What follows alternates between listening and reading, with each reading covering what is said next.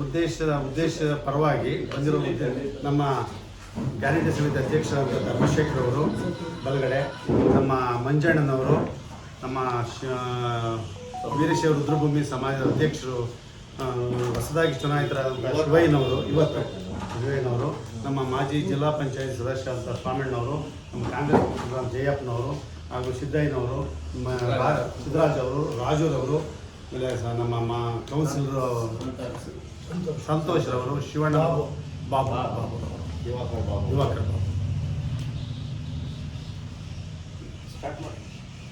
Sir ಅರ್ಸಿಗೆ ಅಲ್ಲಿ ಹಾಸನಲ್ಲಿ DC ಆಗಿದ್ರಂತೆ. ಅವರು ಈಗ MD ಆಗಿದ್ದಾರೆ. ಯಾರೋ ಕುಮ್ಮಕ್ಕಳು ಇರ್ತವೆ, ಏನೂ ಮಾಡೋಕ್ಕೆ ಆಗಲ್ಲ ಅಂತೆ, ಬೇಡ. ಬಟ್ ಈಗ ಆಗಿದೆ, ಅದು ಆಗಬಾರ್ದಾಗಿತ್ತು, ತಪ್ಪದು. ಯಾರೇ ಇರ್ಬೋದು, ಮಾಡಬಾರ್ದು ಸರ್. ಯಾಕೆಂದ್ರೆ ಬಸವಣ್ಣ ಎಲ್ಲ ಜಾತಿಗೆ ಸೇರಿರ್ತವೆ, ಒಂದು ಜಾತಿಗಲ್ಲ. ಅವರ ಪ್ರೇರಣೆ ಮೇಲೆ ಆ ಸಂವಿಧಾನವನ್ನು ಅಂಬೇಡ್ಕರ್ ಅವರು ರಚಿಸಿರೋದು ಅಲ್ವಾ. ಅಂಥದ್ರಲ್ಲಿ ನಮ್ಮ ರಾಜಕೀಯದ ಬೇಳೆ ಇದು ಮಾಡೋದಕ್ಕೆ ದಯವಿಟ್ಟು ಮಾಡಬಾರ್ದು. ಅದನ್ನು ಇಂಗ್ಲೆಂಡಲ್ಲಿ ದೈಕಲಾಗಿ ಬಸವಣ್ಣನ ಪುತ್ಥಳಿನ ನಿರ್ಮಾಣ ಮಾಡಿದ್ದಾರೆ ಅಲ್ಲಿ ಅಲ್ವಾ. ಬಸವಣ್ಣವರ ಒಂದು ಪ್ರತಿಮೆ ಅರಸೀಕೆರೆಗೆ ಇದು ಕನಸು. ಯಾಕೆಂದರೆ ಅರಸೀಕೆರೆ ಇದಾದಾಗಿಂದ ಒಂದು ಪ್ರತಿಮೆ ಮಾಡೋಕ್ಕಾಗಿಲ್ಲ ಅಂತ ಹೇಳಿ ಇದೇನು ದೂರಿತ್ತು ಅದನ್ನು ಹೋಗ್ಲಾಡಿಸ್ಬೇಕು ಅನ್ನೋದು ಒಂದು. ಇಲ್ಲಿ ಸರ್ವಧರ್ಮದ ನಾಯಕರಿಂದ ಎಲ್ಲರೂ ಬಾಯಲ್ಲಿ ಹೇಳ್ತಾರೆ, ಯಾರು ಏನು ಬಿಡಲ್ಲ. ಬಸವಣ್ಣ ಅಂದಕ್ಕೆ ಅವ್ರ ಹೆಸರು ಹೇಳ್ತಾರೆ, 12ನೇ ಶತಮಾನದ ವಿಶ್ವಗುರು ಅಂತೇಳಿ. ಒಂದು 13 ಜಾಗದಲ್ಲಿ ಒಂದು ಪ್ರತಿಮೆ ಮಾಡೋಕ್ಕೆ ಸರ್ಕಾರ ಇರ್ಬೋದು, ನಗರಸಭೆ ಇರ್ಬೋದು, ಸಾರ್ವಜನಿಕರು ಇರ್ಬೋದು, ಇದು ವಿರೋಧ ಮಾಡೋದು ಬೇಡ. ಯಾಕೆಂದರೆ ನಾನು ನಿಮ್ಮೆಲ್ಲರ ಇದಕ್ಕೆ ಅತಿ ಚಿಕ್ಕವನಿರ್ಬೋದು, ಬಸವಣ್ಣರ ವಿಚಾರದಲ್ಲಿ ವಿರೋಧ ಮಾಡೋದು ಇದು ಒಳ್ಳೇದಲ್ಲ. ಇದರಲ್ಲಿ ಯಾರೂ ಕಾಣದ ಕೈಗಳು ಸಹ ಇದಕ್ಕೆ ಕೈ ಜೋಡಿಸ್ಬಾರ್ದು. ಇದಕ್ಕೆ ಎಲ್ಲರೂ ಏನು ನಾವು ಮಾತಾಡಿದ್ವಿ, ಸರ್ಕಾರದಿಂದ ಈಗಾಗಲೇ 40 ಲಕ್ಷ ರೂಪಾಯಿ ಅನುದಾನ ಬಂದಿದೆ. ಹೆಚ್ಚುವರಿಯಾಗಿ ಶಾಸಕರು ಕೊಡ್ತಾರೆ. ಅದಕ್ಕೂ ಹೆಚ್ಚುವರಿಯಾಗಿ ಎಲ್ಲ ಸರ್ವಧರ್ಮರು, ಸಮಾಜ ಅಲ್ಲ, ಎಲ್ಲ ಸಮಾಜದವರು 10 ರೂಪಾಯಿ ಕೊಟ್ಟರು ಅವ್ನು ಬರ್ತಾನೆ. ಎಲ್ಲರೂ ದುಡ್ಡು ಹಾಕಿ ಅದನ್ನು ಅದ್ಭುತವಾದ ಒಂದು ಬಸವಣ್ಣನ ಪ್ರತಿಮೆ ಮಾಡೋಕ್ಕಿಂತ ಅರಸೀಕೆರೆಯಲ್ಲಿ ಆ ಕನಸು ಈಡೇರ್ತಾ ಇದೆ. ಅದಕ್ಕೆ ಯಾರು ಅಡ್ಡ ಬರಬಾರ್ದು ಅಂತ ಅವ್ರಿಗೆ ನಾನು ಮನವಿ ಮಾಡ್ಕೊಂತ ಇದ್ದೀನಿ, ರಿಕ್ವೆಸ್ಟು.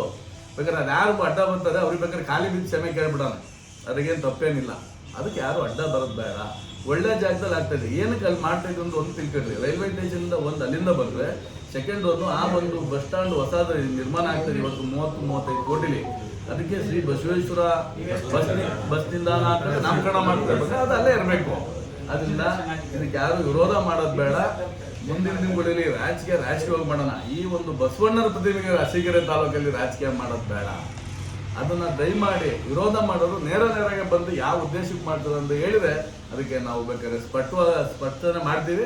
ಅದರ ಜೊತೆಯಲ್ಲಿ ಇವತ್ತು ಆ ಜಾಗ ನಗರಸಭೆಗೆ ಸೇರಿದ್ದೀವಿ. ಇವತ್ತು ಮಧ್ಯಾಹ್ನ 12 ಗಂಟೆಗೆ ನಾವು ಎಲ್ಲ ಸೇರಿ ಅಳತೆ ಮಾಡ್ತಾ ಇದ್ವಿ. ಅದು ನಗರಸಭೆ ರಸ್ತೆ, ಅದು ಯಾವುದೇ ಸರ್ಕಾರದ ಇದರಿಂದ ಏನಲ್ಲ. ಏನದು KSRTCನೂ ಈಗ KSRTC ಯಾಕೆ ಕೊಡಬಾರ್ದು ಬಸವಣ್ಣಿಗೆ 13 ಅಡಿ ಜಾಗ ಯಾಕೆ ಕೊಡಬಾರ್ದು? ಸಂಬಂಧ ಇದೆ. ನೀವು ಯಾಕೆ ಸಂಬಂಧ ಇಲ್ಲ ಸರ್? ಅದಕ್ಕೆ ಇಂಗ್ಲೆಂಡಲ್ಲಿ ಬಸವಣ್ಣ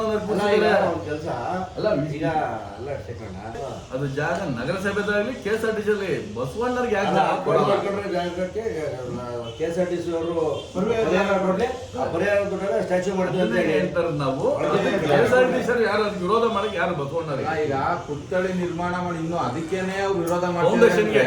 ನೀವು KSRTC ಬಸ್ ಸ್ಟ್ಯಾಂಡಿಗೆ ಜಗಜ್ಯೋತಿ ಬಸ್ ಹೆಸರಿಡ್ತೀವಿ ಅಂತ ಸರ್ಕಾರ ಮಟ್ಟದಲ್ಲಿ ಹೋರಾಟ ಮಾಡ್ತಾರೆ.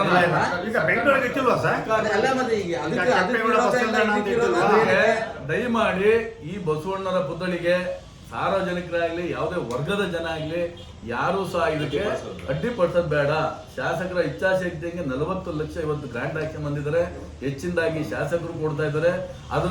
ಅದಕ್ಕೂ ಹೆಚ್ಚಿನದಾಗಿ ಎಲ್ಲ ಸಮಾಜದವರು ಕೊಡ್ಲಿ. ಯಾರು ವಿರೋಧ ಮಾಡ್ತಾರೆ ಅವರು 10 ರೂಪಾಯಿ ಕೊಡ್ಲಿ. ಒಂದು ಅಕೌಂಟ್ ನಂಬರ್ ಇರುತ್ತೆ, ಅವ್ರದ್ದು ದುಡ್ಡು ಹಾಕೋಣ. ಇದೇನು ಒಬ್ಬರದಲ್ಲ ಬಸವಣ್ಣ, ಸರ್ವಧರ್ಮದ ನಾಯಕರು. ಅವರು ಜನ್ಮ ತಾಳಿದ ಒಂದು ಸಮಾಜದಲ್ಲ, ಇನ್ನೊಂದು ಸಮಾಜಕ್ಕೆ ಬಂದು ಸರ್ವ ಸಮಾಜವನ್ನು ಎಲ್ಲ ಪತ್ರಿಕಾ ಮಾಧ್ಯಮದವರು ನಮಗೆ ಅಂದ್ರೆ ಬಸವಣ್ಣರಿಗೆ ಕೈ ಜೋಡಿಸ್ಬೇಕು ಅಂತ ನಿಮ್ಮಲ್ಲಿ ಕಳಕಳಿಯಿಂದ ಕೇಳ್ಕೊಂತೇನೆ.